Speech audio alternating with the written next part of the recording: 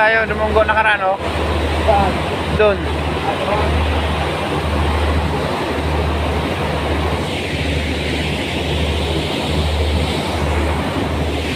Yan, oh. Pwede ka doon. Sige. O, doon.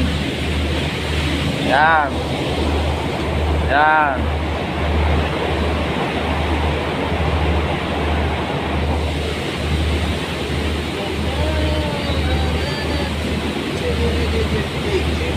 Gutom na daw siya, guys.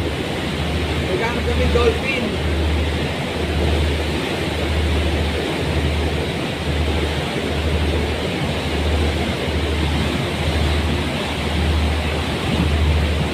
Turistang hilaw, oh.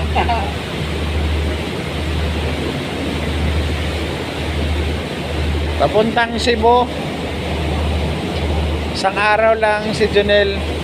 Papasal namin sa Cebu.